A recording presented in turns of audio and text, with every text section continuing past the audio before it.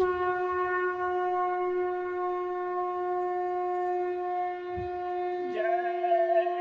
गुरुदेव। जय गुरुदेव।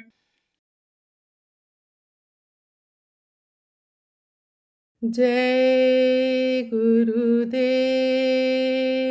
जय गुरुदेव।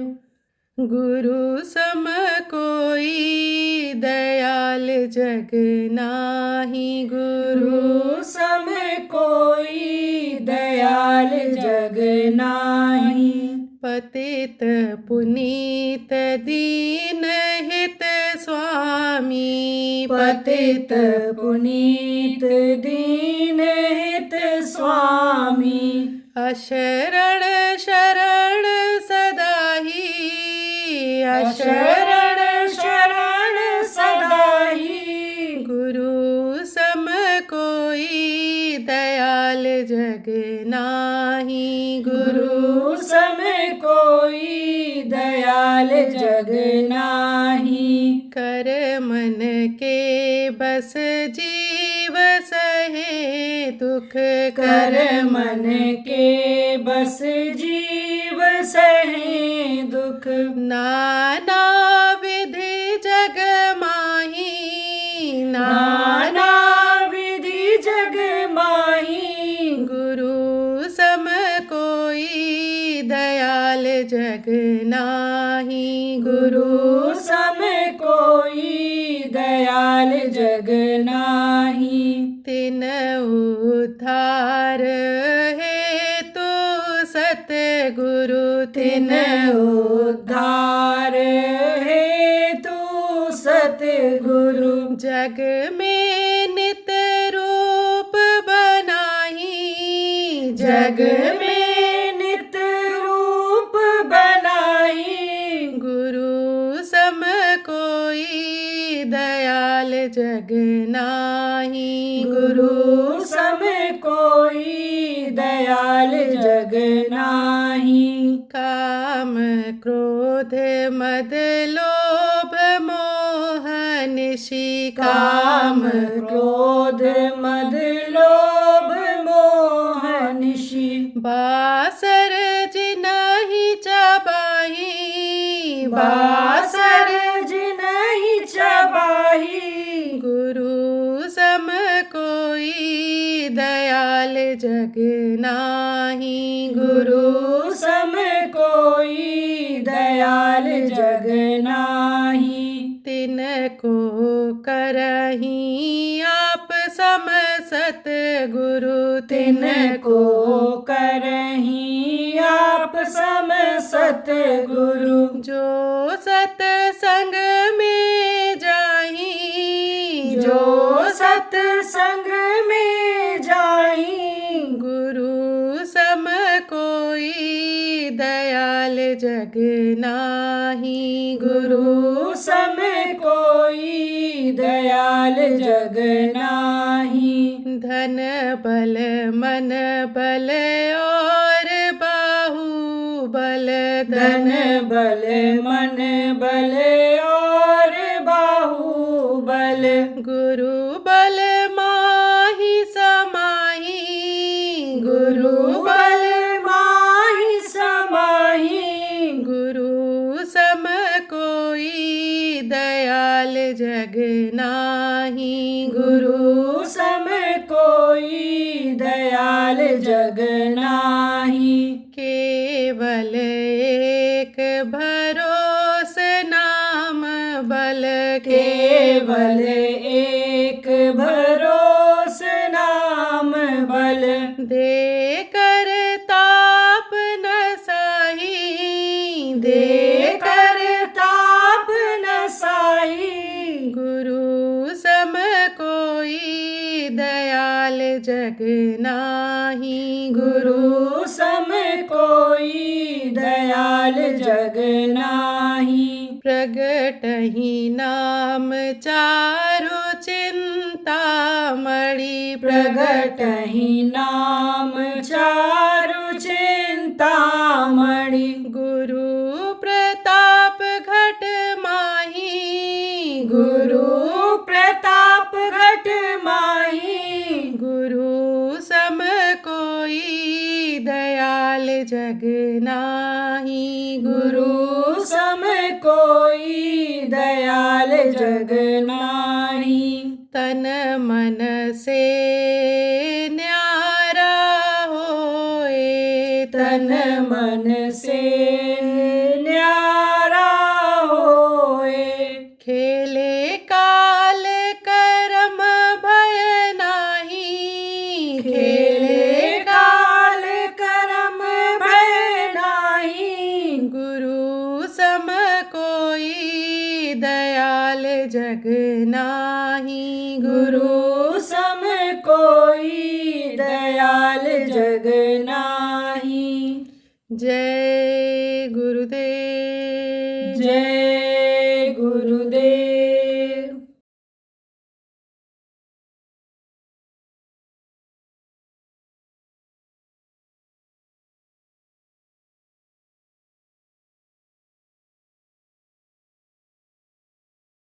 तो फकीर साहब तो मुरीद थे, मुरीद माने शिष्य, सुनाते रहते थे, समझाते रहते थे। जब कर्म कर जाते हैं, हाथ पैर आँख कान से जब पूरा कर्म आदमी कर बैठता है और सत्संग में आता जाता है। जब वो कर्म करते हैं, कहा सत्संग जला, जब कोई पावे बैलाई सब कट जावे। जब गंदगी साफ होती है कर्मों की तो बातें वही अच्छी लगती हैं, बातें समझ में आ जाती हैं और वो समझी हुई बात को पकड़ लिया जाता है। वैसा जब किया जाता है तब शरीर से सुख तो मिलता ही है। शरीर के सुख के साधन तो सब बनते ही हैं इस दुनिया में और अपना परमार्थी काम भी हो जाता है। तो उपदेश किया करते थे, तो उसमें से एक शिष्य काफी प्रभावित हो गए, उनकी मौज को समझ गया, उनके रहस्य को समझने लग गया। तब उसने सोचा भाई दुनिया वाले भटक रहे हैं, इनके समझ में नहीं आ रहा है, इनको समझाना चाहिए, समय निकल जाएगा। हमारे यहाँ मुर्शिद साहब फकीर साहब दुनिया छोड़कर चले जाएंगे। दुनिया का यह नियम है कि जो मनुष्य शरीर में पैदा होता है मरता है, बढ़ जाएंगे बेचारे, उनका शरीर छूट जाएगा। तो कहा कि धोबिया वो मर जाएगा, चादर लीजिए धोए, चादर लीजिए धोए भाई वो बहुत पुरानी, और चल सतगुरु के घाट पर है जहाँ निर्मल पानी। तो इनको कौन साफ करेगा जीवों को जब ये चले जाएंगे। ये जो मन चित्त बुद्धि अंतःकरण के साफ करने वाले ये महात्मा है, फकीर है, ये चले जाएंगे तो कौन साफ करेगा। और तब तक जब तक दूसरा कोई आएगा तब तक क्या मालूम इन लोगों का शरीर छूट जाए, दुनिया से चले जाएं, फिर उसी 84 में चले जाएं, चक्कर काटने लग जाएं। जहाँ से निकल करके आए हैं 84 लाख योनियों में से श्रेष्ठ शरीर यानी जो मनुष्य का इनको मिला है इसका समय पूरा हो जाए। तभी एक दिन बोला, कहा कि हमको हुजूर अगर हुक्म दीजिए तो हम आपके मजहब का इसका प्रचार करें लोगों में। बोले ठीक है, बहुत अच्छी बात है, मैं तो कर ही रहा हूँ, तुम लोग करोगे, ज्यादा लोग तैयार हो जाओगे, जल्दी काम हो जाएगा। तब बोला मैं जा रहा हूँ। फकीर साहब ने कहा कहाँ जा रहे हो? बोला प्रचार करने, बताने लोगों को। कैसे बताओगे? तो कहा कि अभी जाऊंगा, जहाँ से जो मिलेगा उसको बताऊंगा, आगे बढ़ता जाऊंगा, बताता जाऊंगा, एक मोहल्ले से दूसरा मोहल्ला, दूसरे मोहल्ले तीसरा मोहल्ला, और फिर एक शहर से दूसरा शहर, एक जिला से दूसरा जिला, ऐसे मैं बताऊंगा, लगा रहूंगा। जब आपकी याद आएगी तब आपका दर्शन दीदार करने के लिए आ जाऊंगा, आप बुलाओगे तब आ जाऊंगा, नहीं तो लगूंगा इस काम में। और जो आपने इल्म दिया है तो पूजा पाठ इबादत का तरीका बताया है, करता रहूंगा। तो बोले देख, ऐसे तू नहीं समझ पाएगा और न कोई समझेगा, इसको मैं बताता हूँ। तू जा और बाजार में घूम घूम करके चिल्ला, तू मुर्शिद कहे तो मुसल्ले को शराब में डुबो दे। मुर्शिद माने होता है गुरु, और शराब ऐसी चीज कि मुसलमानों की किताबों में लिखा है कि एक कतरा भी शराब का अगर जिस्म पर पड़ जाए काट करके फेंक देना चाहिए। शराब का एक टुकड़ा पड़ जाए तो उस जगह को काट करके फेंक देना चाहिए। इतनी नापाक चीज है, इसको आप पवित्र कहते हो। अब शराब में और मसल्ला किसको कहते हैं?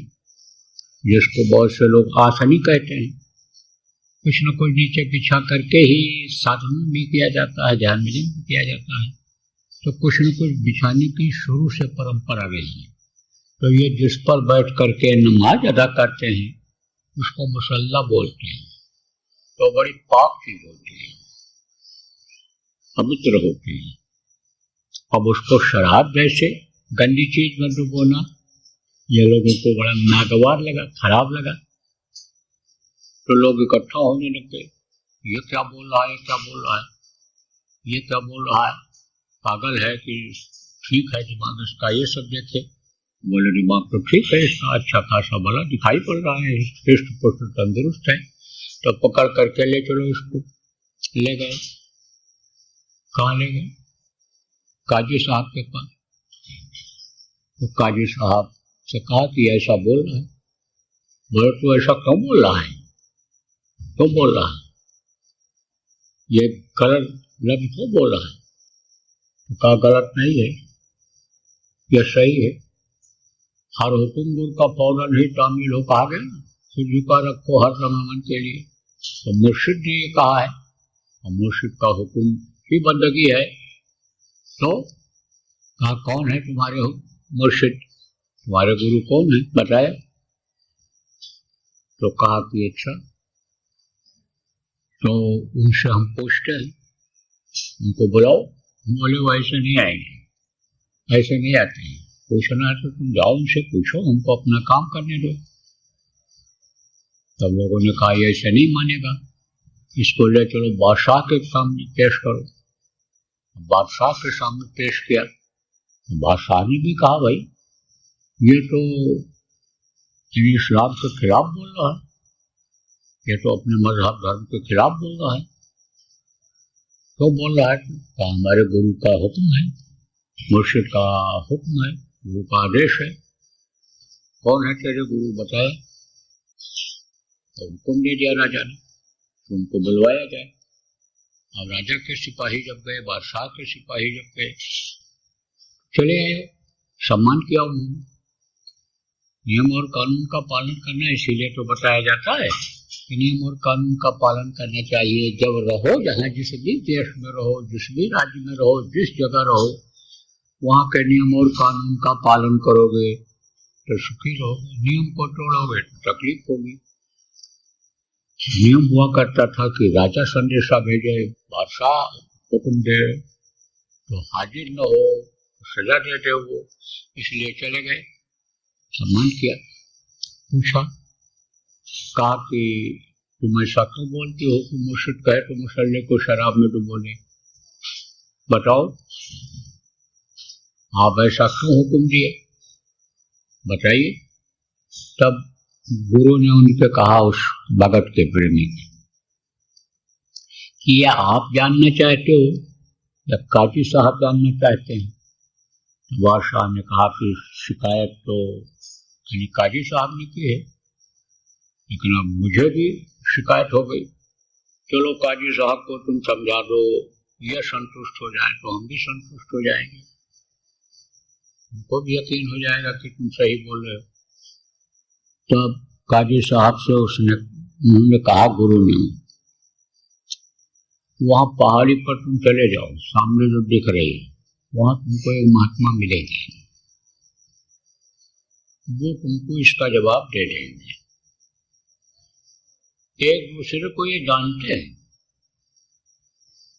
आप संदूपुर में हो, गुरु महाराज के पास रहने का मौका मिला, 400 साल मौका दिया उन्होंने, सेवा करवाया, बहुत कुछ सिखाया बताया, बहुत सारी बातें शिक्षात्मक बातें किया करते थे जब खाली बैठते थे तो उन्होंने ही गुरु महाराज ने ही बताया। कहा कि अपने गुरु की बात बताई, दादा गुरु जिनको अपने लोग कहते हैं, उन्हीं को कहा, उन्हीं की बात बताई। कहा, एक आदमी ने कहा, पूछा, तब पूरे गुरु और अधूरे गुरु कौन होते हैं, कैसे विश्वास किया जाए? नए आदमी था, नए आदमी बहुत सवाल जवाब करते हैं, जब संतुष्ट हो जाते हैं तब उतना नहीं करते हैं, विश्वास जब हो जाता है तो उतना सवाल जवाब नहीं करते हैं। और बात भी सही है, कहा गया है पानी पिए छान कर और गुरु करे जान कर। तो गुरु को सोच समझ करके करना चाहिए। ठोक पीट करके कहते हैं हड़िया को जैसे खरीदा जाता है, देख करके खरीदा जाता है घड़ा को, कि टूटा फूटा न हो, ठोक करके देख करके ऐसे गुरु करना चाहिए। तो आपके समझ में कि कहा कि जाओ उनके पास जाओ, एक दूसरे जानते थे। तो गुरु महाराज की बात बता रहा था दादा गुरु की। आप तब उन्होंने कहा अच्छा बताते हैं, चले गए, उनके साथ सब लोग चल पड़े। कहाँ गए? एक पेड़ के नीचे बैठ गए और दिखाया, कहा वो देखो वो पूरे हैं। और वो क्या कर रहे थे? खेत की जुताई कर रहे थे, खेत की जुताई। तो कहा कि ये पूरे हैं। दादा गुरु ने कहा वो पूरे हैं। उसमें से एक आदमी रुक गया और कहा लो अंदाज है पूरे हैं कि अधूरे हैं। वो तो चला आया। और दूसरा एक आदमी, वो भी यानी समझो कि आधा कचरा जिसको कहते हैं, जैसे चावल पूरा ना पके ऐसे समझो, उसको भी उतना विश्वास नहीं था। डोलमू लेकिन था, जैसे कैदी का लोटा होते हैं, कभी इधर ढिमला गए, कभी उधर ढिमला गए। कभी गुरु महाराज तो बहुत बढ़िया बोलने लगे, उनको कहीं किसी ने मन खराब कर दिया, अब उनकी बात करने लग जाती है। ऐसे ही एक और थे, उसे पूरा विश्वास नहीं था। तब वो आप समझो कि रुक गए हुए और वो खेत की जुताई कर रहे थे। और जुताई करके बैल को लेकर के हल गए, अपने दरवाजे पर बैलों को वहाँ बांध दिया और पानी पिलाया बैलों को। तब तक के पीछे से पहुंच गए। तो देखते ही वो बोले तो यहाँ तो आ गया, वो पूरे हैं, वो पूरे हैं, इनके हाथ में रहता है, इनके पास आता जाता है, उन्हीं को हुक्म है, मेरे पास अब बात समझ आना। उन्हीं के पास सब कुछ है खजाना, वो तुमको देंगे, जा तू यहाँ तो आ गया। अब वो आया, लोगों को सबको बताया, तो लोगों को विश्वास हुआ। एक दूसरे को जानते हैं, लेकिन वो अपने पास नहीं बुलाते, जो होते हैं दूसरे बहुत होते हैं, वहां के पहुंच वाले बहुत हो जाते हैं, अपने देश अपने घर जाने वाले हो जाते हैं। जो ही मेहनत करे वही पहुंच जाए, उसी के ऊपर दया हो जाए। दया की जब बरसात कर रहे हैं वो, तब दया जो ही ले ले। तो अब आप ये समझो, जानते थे वो पक्के साथ जानते थे कि वो महात्मा, मतलब यह है कि जानकार है। गए, आ जाओ। अब काजी साहब वहां पहुंचे जब, तब कहा उन्होंने कि तू ये जानने के लिए आया है? बोला हाँ। कहा कि देख, तू चला जा। कहाँ चला जा? जो इस शहर के सबसे मशहूर तवायफ हो। तवायफ किसको कहते हैं? नाच गाना सुना करके जेब खाली कर लेती है, इस जिस्म को, शरीर को नापाक बना देती है, अपवित्र बना देती है, फिर वो कहीं का नहीं रहता है, तो उसको तवायफ कहते हैं। कहा तू जा, रात भर आज वहां रहना, अन्य समझ में आएगा तो मेरे पास आ जाना सुबह। हाँ, अब उसको बड़ा खराब लगा काजी को, ये कैसे फकीर है कि हमको गलत जगह भेज रहे हैं। बहुत देर तक सोचा विचारा हूँ, लेकिन बोले भाई फकीरों की बातों में बात होती है, महात्माओं की बातों की बात होती है, क्यों संतों के बात बात में बात, क्यों केले के पात में पात में पात, क्यों संतों के बात में बात। तो फकीर जब हैं तो ऐसी कोई बात बोलेंगे नहीं, चल करके देखा जाए। खबर कराया वो काजी साहब आ रहे और खुश हो गई और कमरा को सजावा, बढ़िया बिस्तर लगा दिया। अब उसी तवाइफ के यहाँ एक लड़की रहती थी, जवान हो चुकी थी और बिल्कुल पाक साफ थी, एकदम से सुख साफ, मतलब देखने में भी ठीक, सुंदर और युवावस्था। और दूसरे इस पेशे में वो फंसी नहीं थी। तब उसने सोचा, कोठे वाली ने, नाचने वाली ने, तवाइफ ने, कि हमारे यहाँ जब काजी साहब आ रहे हैं तो हमारे यहाँ कोई पूजा करने आएगा, साधना करने आएगा कि इबादत कराने आएगा। वो तो इसी लिहाज से आएंगे, जो हमारा काम है कि हमको वहाँ ये चीज़ मिलेगी। तो उसने सोचा इसी लड़की को पेश कर दिया जाएगा। अब आए काजी साहब जब बैठे तब उसी लड़की को भेज दिया। अब वो लड़की गई तो दरवाजे पर फबक करके रोने लग गई। तब काजी साहब ने कहा, अरे बेटी तू रो क्यों रही है? काजी साहब कोई गलत नियत से तो गए नहीं थे, वो तो बेटी ही समझते थे सबको, जो बहन और बेटी समझता है सबको वही महान होता है। जननी समझाने पर नारी, धन पर आए विष्टे विषबारी। दूसरे के धन को जो जहर समझता है, दूसरे की माँ बहन को अपनी माँ और बहन बेटी की तरह से समझता है, वही महान होता है, वही बड़ा होता है, वही तरक्की करता है, उसी का सम्मान होता है, उसी की पूजा होती है। चरित्र को जो गिरा लेता है, character loss, everything loss, English में बोलते हैं।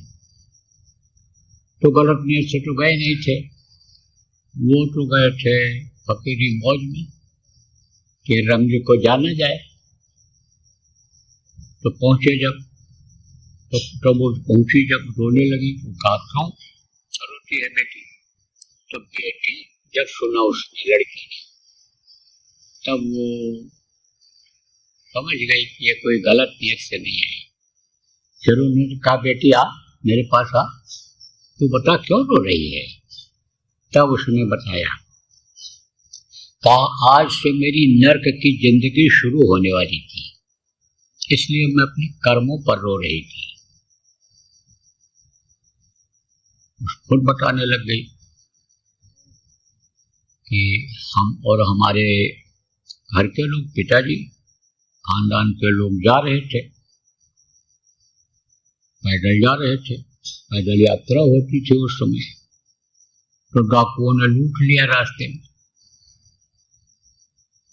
तो वो लोग जान बचा के भाग गए, लेकिन मैं फंस गई। मुझको पकड़ करके डाकू लोग ले आए और इस औरत के यहाँ बेच दिया। तो इसने मुझे पाला पोसा, जवान किया, आप ये मेरे से पेशा कराने के लिए भेज दिया आपके पास, इसीलिए पाला पोसा, खिलाया पिलाया। तो आज से मेरी नर्क की जिंदगी शुरू होने वाली थी, इसलिए मैं अपने कर्मों पर रो रही हूँ। काजी साहब ने पूछा कि बेटी वो तेरे पिता कौन थे, तेरा गांव कहाँ रहती थी तू पहले? थोड़ा थोड़ा उसको याद था, बताया कि मैं उस गांव में रहती थी, हमारे पिता का यह नाम था। काजी साहब रोने लगे। काजी साहब को रोते देखकर लड़की बोली, क्या आपको रोने लग गए सुन करके?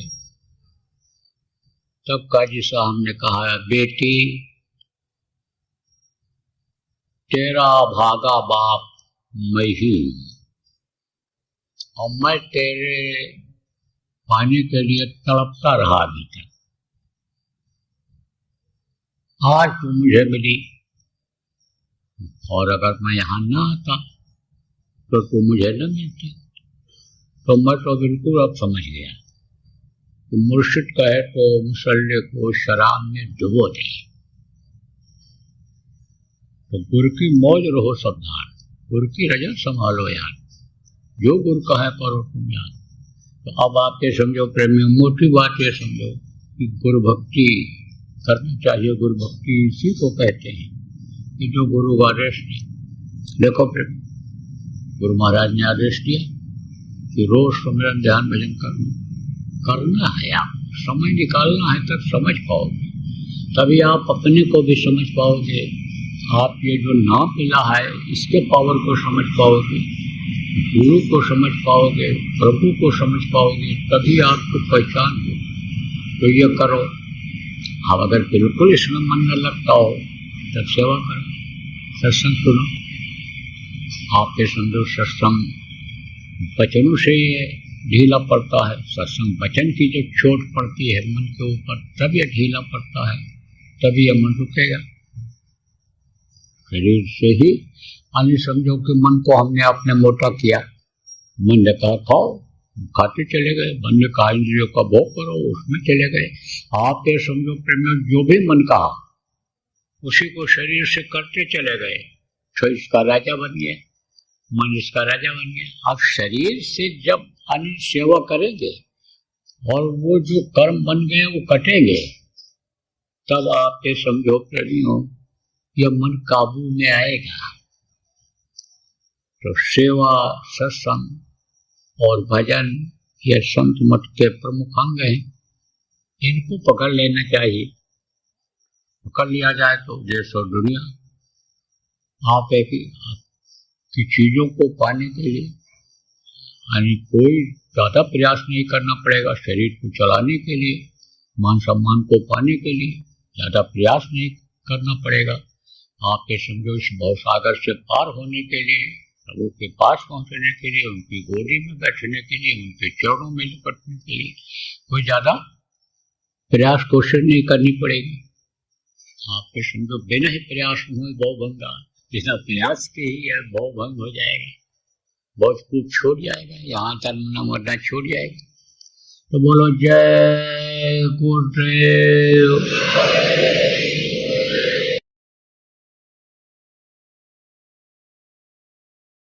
यह धर्म युद्ध होगा। धर्म युद्ध, धर्म युद्ध जानते हो किसको कहते हैं? बहुत से लोग धर्म के नाम पर ही रोटी खाते हैं, बहुत से लोग धर्म के नाम पर ही रोटी सेकते हैं, बहुत से लोग धर्म के नाम पर ही नाम कमाने की कोशिश कर रहे हैं कि हमारा नाम जल्दी उजागर हो जाएगा, मीडिया में पेपर में आ जाएगा, लोग जान जाएंगे कि ये कट्टर हिंदूवादी हैं, ये कट्टर मुसलमानवादी हैं, ये कट्टर यहूदीवादी हैं, ये कट्टर जो है ये यानी समझो कि सिखवादी हैं। इसलिए लोग लगे हुए हैं। तो अब आप इस बात को समझो कि ये जो धर्म गुरु कहलाते हैं, ये लोग अगर अभी सुधार ले आवे तो बहुत बड़ा सुधार जनता में हो सकता है। एक जगह बैठ करके और कितने लोगों को ये मरवा देते हैं उन्माद में। तो प्रेमियों, उन्माद में मत आना, क्योंकि आप तो हर जाति मजहब के लोग यहाँ पर आते हो। सबकी बात एक साथ कह रहा हूँ, उन्माद में आप मत आना, किसी के बहकावे में आप मत आना। जो भी कदम रखना धर्म के मामले में सोच समझ करके रखना। और अगर आपके अंदर एक धर्म आ जाएगा, मानव धर्म आ जाएगा। मानव धर्म क्या है?